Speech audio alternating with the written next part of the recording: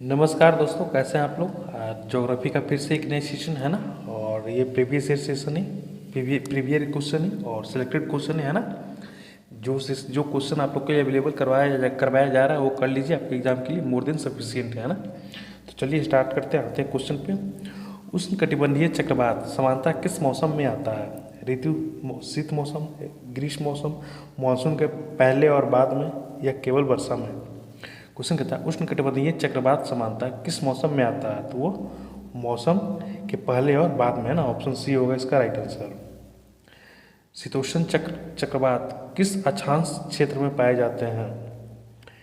0 से 20 degree Celsius के बीच में, 20 से 30 के बीच में, या 30 से 60 डिग्री सेल्सियस के बीच में, या 60 से 90 डिग्री के बीच में, है ना। क्वेश्चन क्या है, शीतोष्ण चक्रवात किस अक्षांश क्षेत्र में पाए जाते हैं? तो वो हो जाएगा ऑप्शन सी है ना, 30 से 60 डिग्री के बीच में। सेल्सियस हमने पढ़ दिया था, वो माफ कीजिएगा, है ना, सेल्सियस नहीं, डिग्री होगा। शीतोष्ण चक्रवात का निर्माण किस कारण होता है? समान ताप के कारण, गर्म और ठंडी वायु के मिलने से, या समुद्री ताप, या पर्वतीय अवरोध? क्वेश्चन कह रहा है शीतोष्ण चक्रवात का निर्माण किस कारण से होता है? तो ये होता है गर्म और ठंडी वायु मिलने से, है ना। ऑप्शन बी होगा इसका राइट आंसर। शीतोष्ण चक्रवात में कितने प्रमुख वाताग्र होते हैं? 1, 2, 3 या 4? क्वेश्चन कह रहा है शीतोष्ण चक्रवात में कितने प्रमुख वाताग्र होते हैं? तो ये 2 होता है ना, ऑप्शन बी। शीतोष्ण चक्रवात का आकार समानता कैसा होता है? गोला, अंडाकार, अनियमित, या त्रिकोणीय? क्वेश्चन कह रहा है शीतोष्ण चक्रवात का आकार समानता कैसा होता है? तो ये अनियमित होता है ना, इसका कोई आकार नहीं होता, अनियमित होता है, ऑप्शन सी। शीतोष्ण चक्रवात किस प्रकार की वर्षा लाता है? अत्यधिक और तीव्र, हल्की और निरंतर, ओलावृष्टि, या केवल हिमपात?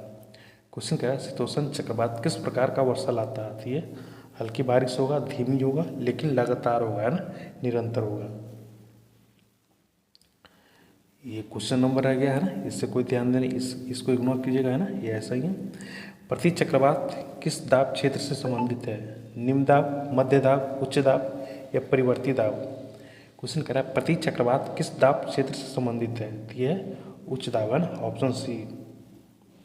प्रति चक्रवात में पवनें कैसे चलती है? केंद्र की ओर, केंद्र से बाहर की ओर, ऊपर से नीचे, या अनियमित? क्वेश्चन कह रहा है प्रति चक्रवात में पवनें कैसे चलती है? तो ये ऑप्शन बी है ना, केंद्र से बाहर की ओर। उत्तरी गोलार्ध में प्रति चक्रवात की दिशा क्या होती है? घड़ी की दिशा में, घड़ी की विपरीत दिशा में, सीधी, या कोई दिशा नहीं? क्वेश्चन कह रहा है उत्तरी गोलार्ध में प्रति चक्रवात की दिशा क्या होती है? तो ये होता है घड़ी की दिशा में, है ना, ऑप्शन ए। प्रति चक्रवात से समानता कैसा मौसम होता है? वर्षा और तूफान, बादल और वर्षा, साफ और शुष्क, बर्फीले और बर्फीली तूफान? क्वेश्चन कह रहा है प्रति चक्रवात से समानता मौसम कैसा मौसम होता है? तो ये होता है ऑप्शन सी है ना, साफ और शुष्क। निम्नलिखित में से कौन सा कथन सही है? चक्रवात उच्च दाब से बनते हैं, प्रति चक्रवात वर्षा लाते हैं, चक्रवात में पवनें अंदर की ओर आती है, या प्रति चक्रवात में दाब कम होता है? क्वेश्चन कह रहा है निम्नलिखित में से कौन सा कथन सही है? तो ऑप्शन सी सही होगा, है ना, चक्रवात में पवनें अंदर की ओर आती है ना।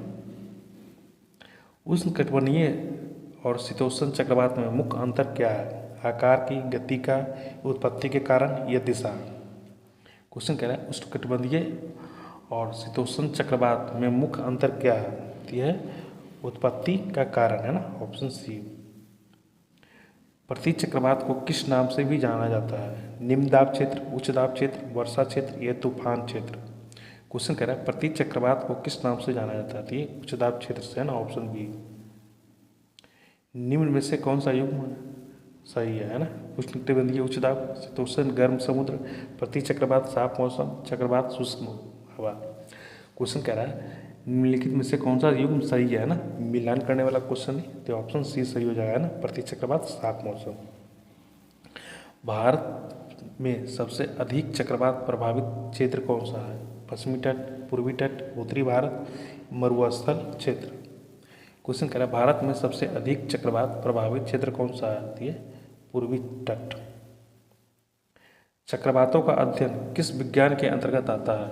भूविज्ञान, खगोल विज्ञान, मौसम विज्ञान, समुद्र विज्ञान? क्वेश्चन कह रहा है चक्रवातों का अध्ययन किस विज्ञान के अंतर्गत आता है? तो ये मौसम विज्ञान है ना। जलमंडल की सही परिभाषा क्या है? पृथ्वी की ठोस सतह, पृथ्वी पर पाए जाने वाले सभी जल का कुल भाग, केवल महासागरीय जल या केवल वर्षा का जल। क्वेश्चन कह रहा है जलमंडल की सही परिभाषा क्या है? तो ऑप्शन बी होगा इसका राइट आंसर है ना। पृथ्वी पर पाए जाने वाले सभी जल का कुल भाग। पृथ्वी के कुल जल का लगभग कितना प्रतिशत महासागरों में पाया जाता है? तो ये 97% है ना।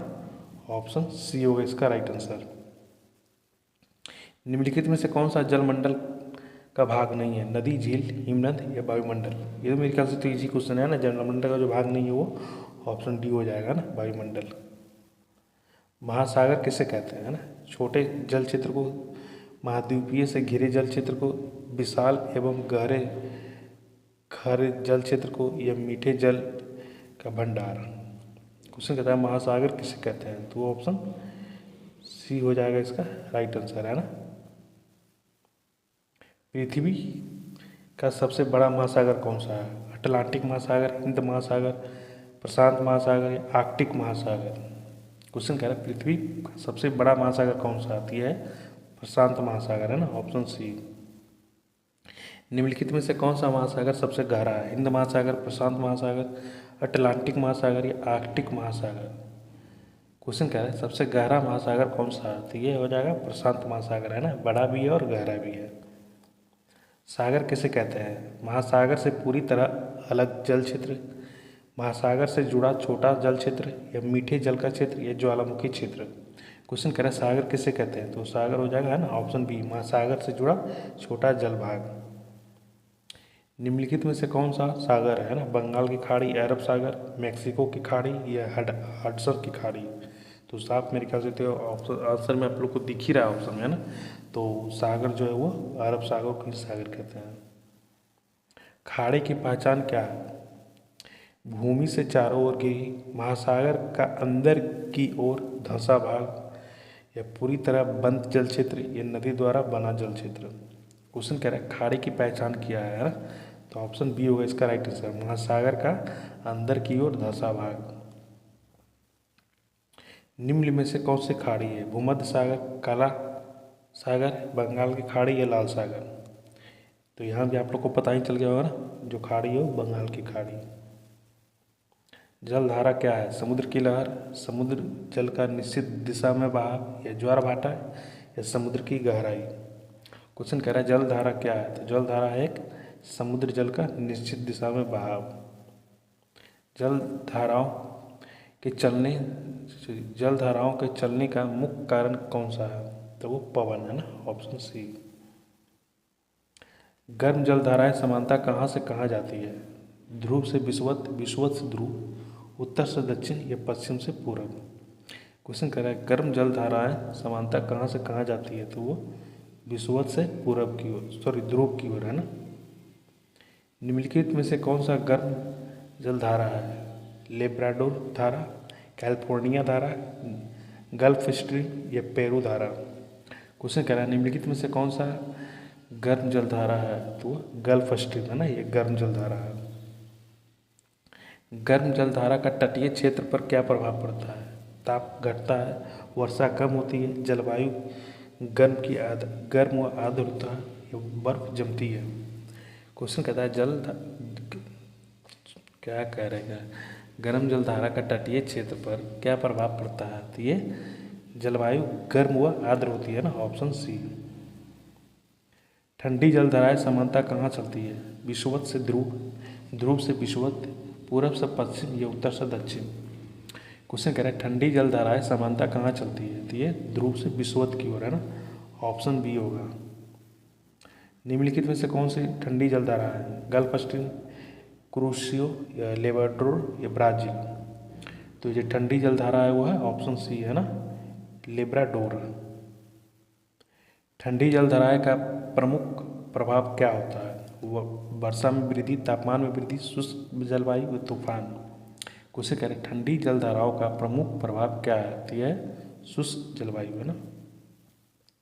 ज्वार भाटा किस कारण उत्पन्न होता है?